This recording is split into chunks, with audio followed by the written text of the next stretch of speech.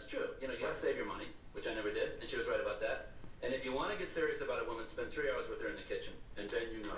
You know what I mean? Because you're in a small space with major implements of destruction, and you know what the relationship is about. I said, Mom, I like the bedroom. She says, turn out the lights, get under the sheets. They're all the same, but you get in that kitchen, you know the difference. You know? That was your mother's advice. Yeah, well, I think it was my mother, yeah. Yeah. Did your mother ever give you any advice? What kind of advice did she ever give you about marriage? Not really. No? Any that I can remember.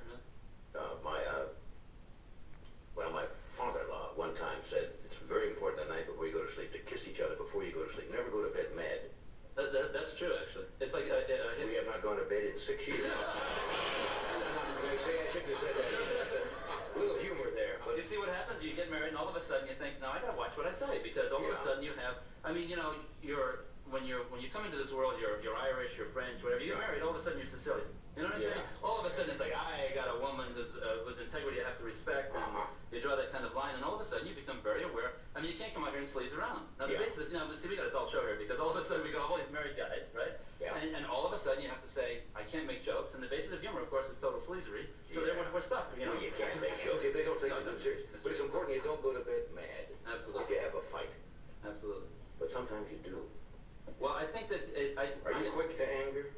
I used to be quick to anger, but what I have found, even in the few months we've been married, and the time we went together before, that what has happened is that when you've made a commitment to the future with someone you love, all of a sudden you think, now, am I going to drag this on for 4 months like I used to, or 8 months, or 4 days, or whatever? Or am I going to say, look, I got a whole lifetime with this person. Why waste the next precious few hours being angry? Because you know what? You're never really that angry about what you think you're angry about. All you have to do is work it out and communicate. When you communicate, it's terrific. And I found, when I was single, so many people used to give me all these theories about things.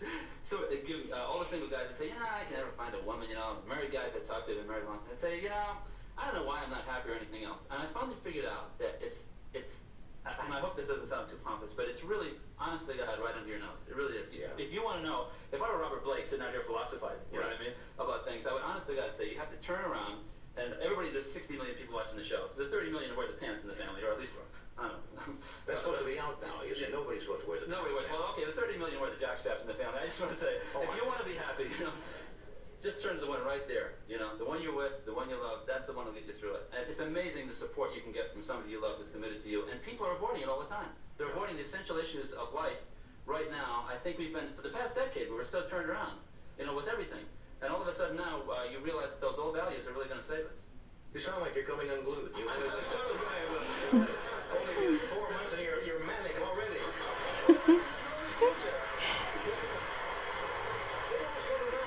You'll find yourself in a few months talking slowly and not being so, Well, it just amazes me, I mean, all these old values all of a sudden really work, Well, the advice is always easy to give. Communication. You must have tolerance and understanding. Yeah. Those are all nice things. But sometimes it's to the point where your tolerance gets a little thin and your patience gets just a little hairy, and then it's, you want to go to the moon?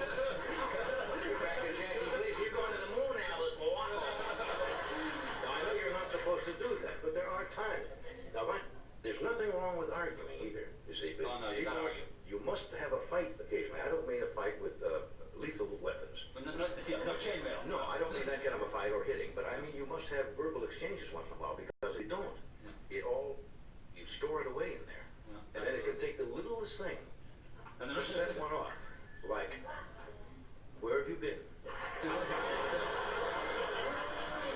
you been? Excuse me, I just knocked my watch off. I don't know why I'm giving you this advice. It's not worked well for me. I'm being realistic. So you're still in that honeymoon stage where everything, Yeah, but it's spreading out to the rest of my life. I'm back to simple values. I'm subscribing to the Whole Earth catalog. I've decided this is it. Enough's enough. I'm going to buy a tent, live out in the woods. That's it. The simple values of life. You know the stuff that's been going on there. I can see my wife in a tent out in the woods. I think I saw her in a tent. No, can you see Joanne in a tent out in the woods? Yeah. With a Cuisinart and a little generator in the back. Red and green striped tent. I'm going to pay for that. I know I'm going to pay for that when I go home. See, my wife has a good sense of humor. She knows I'm in a humor game. And things that I say here, she will say, I know you did that to get a laugh, and you mean nothing against me personally, and it's going to cost. That's not what she just said in the green room, actually. She had quite a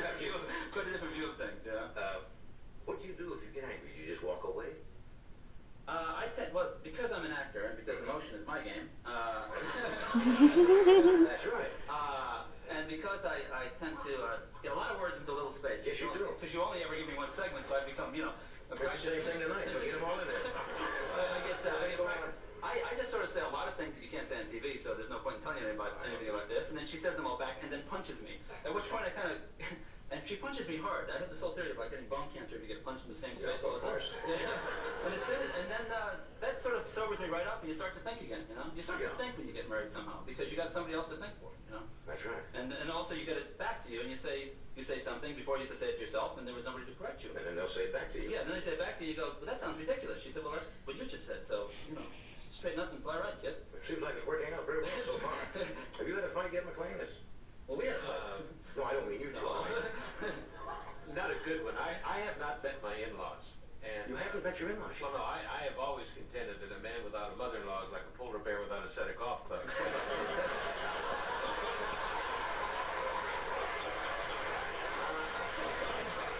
I gotta do a commercial here.